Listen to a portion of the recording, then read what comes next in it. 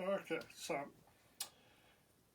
I got the single before John Lennon was shot, but I didn't.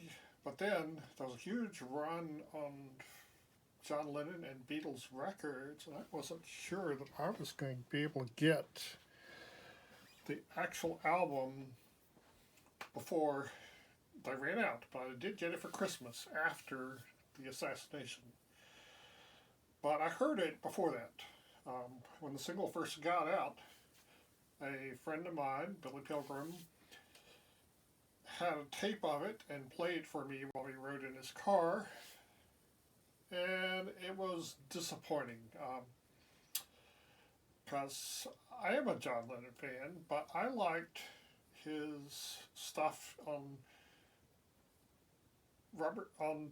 Help through Magical Mystery Tour, that era. I liked John a lot. And so with the punk era in its heyday at that time, I expected more from John. But, just like Paul had gotten too old and embraced disco as it was dying, one of the publicity photos for this kind of traumatized me because it showed John dressed in Jordache jeans, which were worn by the people I hated, by the normals. And so it came out, and let's go through the tracks.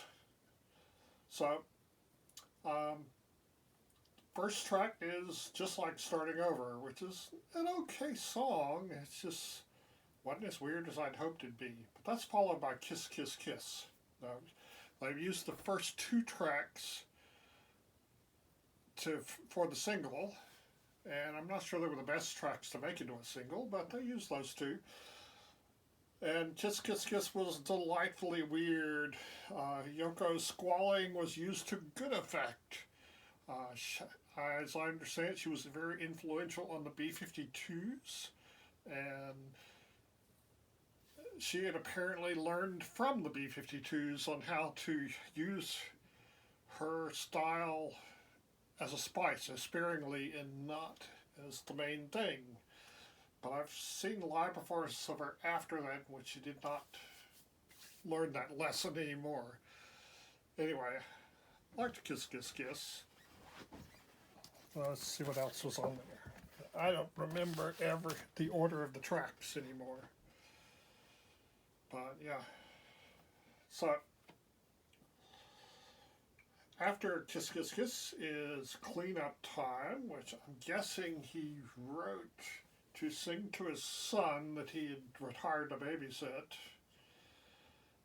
And then there's a Yoko song. Now, I've heard Bill Maher complain about the Yoko material on here. It was apparently very traumatizing for him to hear a Lennon song and then a Yoko song next.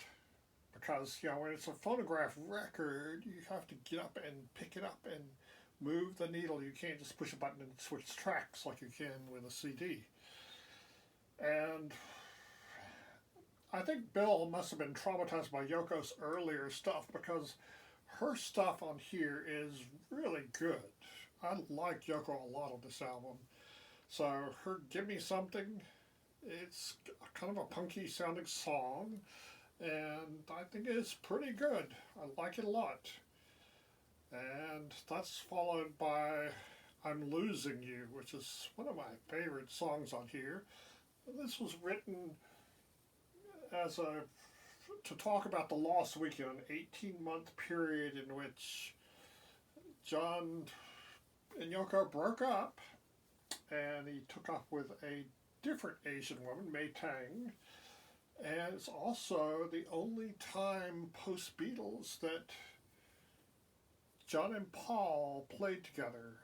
They were high out of their skulls, and then played the stuff they'd played as children, 50s stuff. They didn't play old Beatles songs even. They just played old rock and roll from their childhood.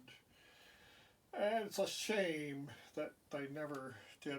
And the thing is, when this album came out, John was at work on his next album that, and there was talk of the Beatles getting back together.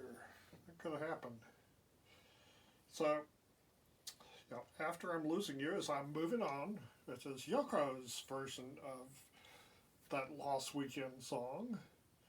And then Beautiful Boy, which, Beautiful Boy, darling. Oh, I was going to sing these titles. It's just like starting over. Kiss, kiss, kiss. Clean up time. Give me something.